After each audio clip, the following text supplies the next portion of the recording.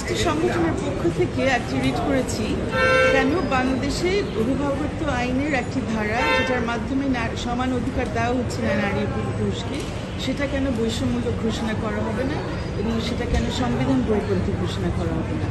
আমরা খুবই আনন্দিত, হাইকোর্ট আজকে রুল জারি করেছে যে অভিভাবকত্ব আইন 1890 সনের ঔপনিবেশিক আমলের অভিভাবকত্ব আইনের 19 ধারাকে কেন বৈষম্যমূলক ঘোষণা করা হবে না সেই মর্মে তারা আজকে রুল জারি করেছেন।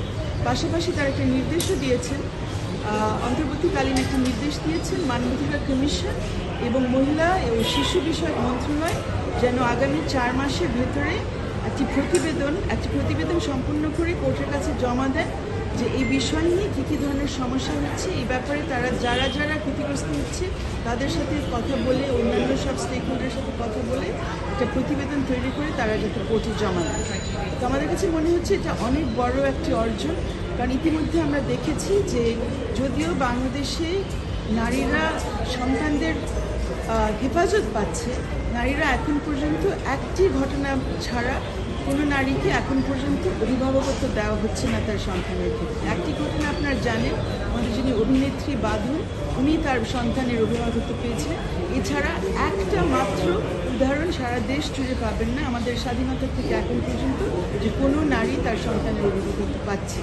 এই পরিপ্রেক্ষিতে আমরা জেনেছি যে আমাদের পার্শ্ববর্তী দেশগুলোতে আইন অনেক আগে বদলিয়েছে, কিন্তু বাংলাদেশে ঔপনিবেশিক আমলের আইনটি কেন এখন পর্যন্ত সংবিধান হওয়ার 50 বছর পরে এখনও কেন বিরাজ করছে, এটা নিয়ে আমরা সবাই খুবই বিচলিত। এবং এই কারণে আমরা 5টি সংগঠন, নারী অধিকার সংগঠন, বাংলাদেশ মহিলা পরিষদ, নারী পক্ষ, তারা এসছেন, আইন নিয়ে গবেষণা যারা করেন থিঙ্ক লিগাল আলাপ তারা এসছেন, এবং মানবাধিকার এবং আইন সেবা সংগঠন ব্লাস থেকে আমরাও এসেছি।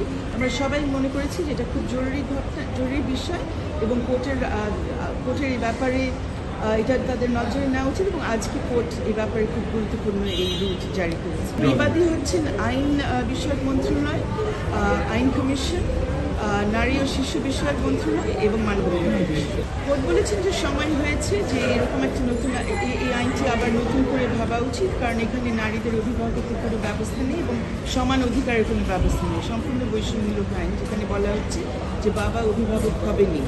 অনেক ক্ষেত্রে আমরা দেখছি যে পুরনো আইন শুধু ঔপনিবেশিক আমলের আইন, যেমন ব্রিটিশ শাসন আমলের আইন না, পাকিস্তান শাসন আমলের আইন, এমনকি বিভিন্ন মার্শাল ল আমলের যে আইনগুলো, সেগুলো এখন কিন্তু পুনর্বিবেচনা হচ্ছে। একাধিক আইন সামনে আসছে, একাধিক আইনের চর্চা হচ্ছে, আইন পরিবর্তন হচ্ছে। কিন্তু আমাদের জন্য খুব চিন্তার বিষয় যে আইন দিয়ে নারীরা বেশি ক্ষতিগ্রস্ত হচ্ছে, যেখানে আমাদের জাতীয় পর্যায়ে নারীর অধিকার সম্পর্কে নানান ধরনের গতিশীল রাষ্ট্রের আছে, এই আইনটা কেন ছোঁয়া হচ্ছে না, এটা নিয়ে কেন কাজ হচ্ছে না।